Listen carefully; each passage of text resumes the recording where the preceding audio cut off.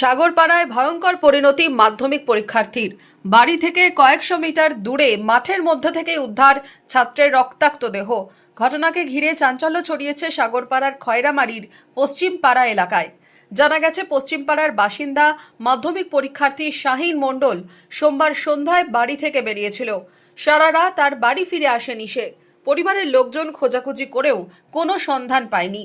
মঙ্গলবার সকালে বাড়ি থেকে কয়েকশো মিটার দূরে মাঠের মধ্যে থেকে উদ্ধার হয় ওই মাধ্যমিক পরীক্ষার্থীর রক্তাক্ত দেহ। মাগরিবে আজান পড়িছে, তখন মসজিদে এসে নামাজ পড়িছে।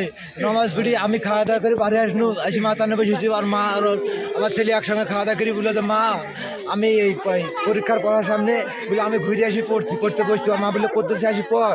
এবার মাধ্যমিক দিত? হ্যাঁ, এবার এই তো 2 তারিখে মাধ্যমিক। তারপরে আমার ছেলে কত আশা করছে, আব্বা আমি পরীক্ষায় পাস তো করবই, আরও স্টার নাম্বার তুলবো, ওইরকম কথাবার্তা আমার ছেলে আমার সঙ্গে গল্প গাওয়া বলে যে এই স্কলারশিপ না কি বলে, ওই রেজাল্ট আমি চেষ্টা আছে করার। কত বড় শখ করি, আশা করি আমার ছেলে। আচ্ছা, কখন থেকে নিখোঁজ ছিল কাকা? ভোরবেলায় না, আপনার ওই 7টার দিকে। গতকাল সন্ধ্যা থেকে গতকাল সন্ধ্যা থেকে। ফোন টোন ছিল ওর কাছে? না, ফোন বাড়িতে রাখি গেছি। খবর পেয়ে ঘটনাস্থলে যায় সাগরপাড়া থানার পুলিশ। কি কারণে এই খুন তার তদন্তে নেমেছে পুলিশ। মনমোহিনী হেলথ কেয়ার, স্বাস্থ্য সেবায় অটুট শ্রেষ্ঠত্বের শিরোপা। জেলায় প্রথম robotic knee replacement, cardiology with cath lab, neurosurgery, specialised trauma unit থেকে স্পাইন ট্রেন, একগুচ্ছ পরিষেবায় নিয়োজিত। Monmohini health care, quality care with personal touch, Baharampur শিল্প তালুক।